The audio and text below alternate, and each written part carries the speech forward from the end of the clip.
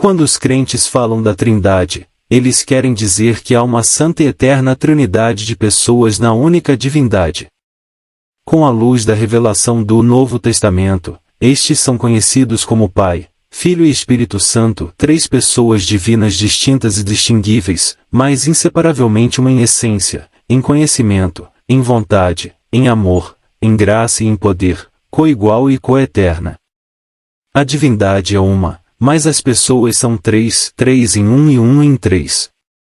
O conceito é grande demais para a inteligência humana, mas então, se não fosse assim, Deus deixaria de ser Deus. O crente é grato por ter um Deus cuja grandeza e glória transcendem as mentes insignificantes dos mortais. A palavra Trindade não é uma palavra bíblica, mas a doutrina da Trindade é uma verdade bíblica. Foi dito que muitas vezes o que é patente no Novo Testamento é latente no Antigo Testamento e isso é especialmente verdadeiro no que diz respeito à Trindade. Aquilo que está um tanto oculto no Antigo Testamento é revelado no Novo e então o que é chamado de Grande Trinidade, 3 em 1 e 1 em 3, é tão claro de ser visto em todo o sagrado volume inspirado das Santas Escrituras. Há uma boa razão para esse progresso de doutrina e revelação. Nos dias do Antigo Testamento, a nação de Israel era o testemunho de Jeová em meio às nações idólatras e tinha que ser enfatizado para a nação escolhida que havia de fato apenas um Deus.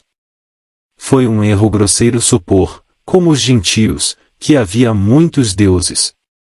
Assim é, desde os primeiros tempos, e de fato até os dias de hoje, todo judeu devoto começará seu dia recitando as palavras de Deuteronômio 6 verso 4, ouve, ó Israel, o Senhor nosso Deus é o único Senhor. Que havia três pessoas divinas naquela divindade não era, para Israel, uma revelação explícita, mas uma vez que os escritos do Novo Testamento são apreciados, pode-se ver que a grande verdade estava implícita em muitas passagens do Antigo Testamento.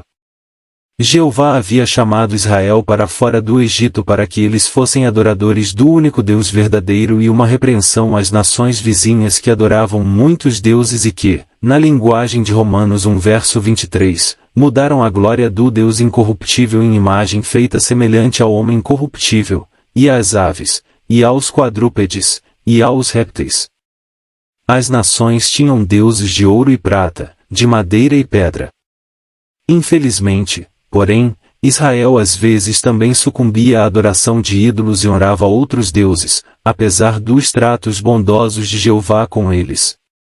Sobre o uso da palavra pessoas em relação à Trindade, foram levantadas objeções ao uso desta palavra como sendo não bíblica e sugerindo a existência de três deuses, e a objeção é válida se o termo for usado em seu sentido moderno costumeiro de unidade, e se a palavra pessoa for entendida simplesmente como significando um ser inteligente ou agente possuidor de faculdade de raciocínio, pode ser considerada como não tão excepcional, embora seu uso não seja realmente necessário.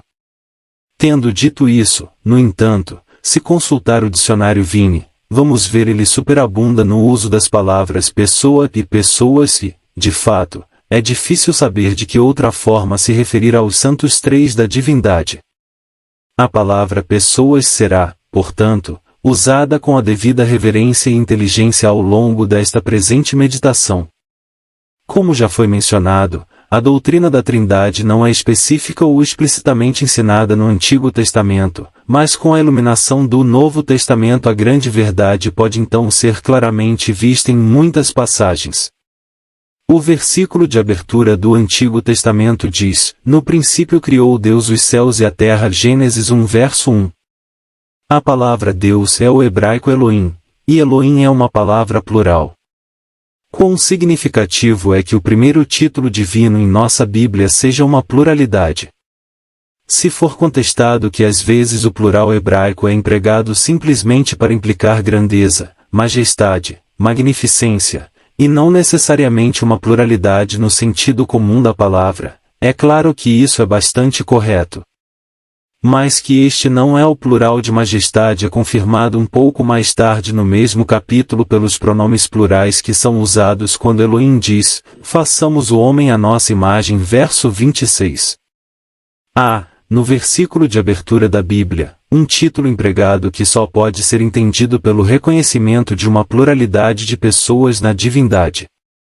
Novamente, o Senhor Deus, Jeová Elohim, disse: Eis que o homem se tornou como um de nós. Gênesis 3 verso 22, mostrando que Jeová e Elohim são títulos divinos da mesma divindade e que há de fato uma pluralidade de pessoas que permanecerá para sempre um mistério se não houver uma trindade.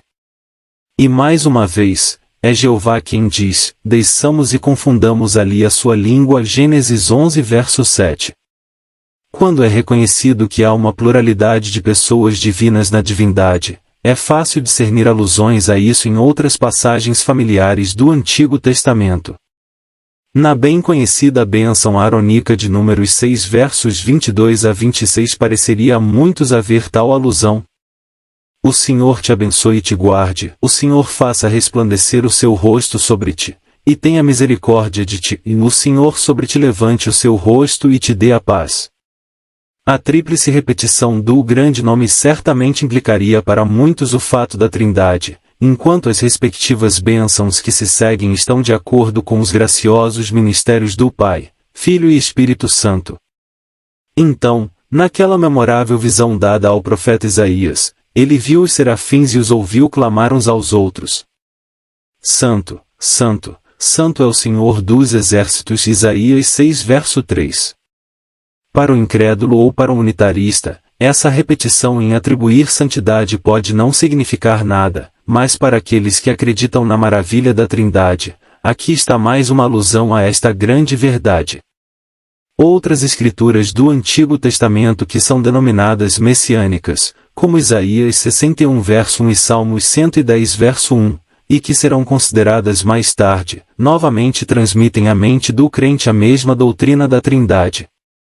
Embora se admita que a Trindade não é exposta no Antigo Testamento, o Antigo Testamento pode ser comparado a uma câmara ricamente mobiliada, mas mal iluminado. A introdução da luz não traz nada que não estivesse nele antes, mas traz para uma visão mais clara muito do que está nele, mas era apenas vagamente ou mesmo não percebido antes. O mistério da Trindade não é revelado no Antigo Testamento, mas o mistério da Trindade está subjacente à revelação do Antigo Testamento, e aqui e ali ela aparece. Assim, a revelação de Deus no Antigo Testamento não é corrigida pela revelação mais completa do Novo Testamento, mas apenas aperfeiçoada, ampliada e aumentada para nós. Não perca o próximo vídeo onde trataremos sobre a Trindade nos Evangelhos.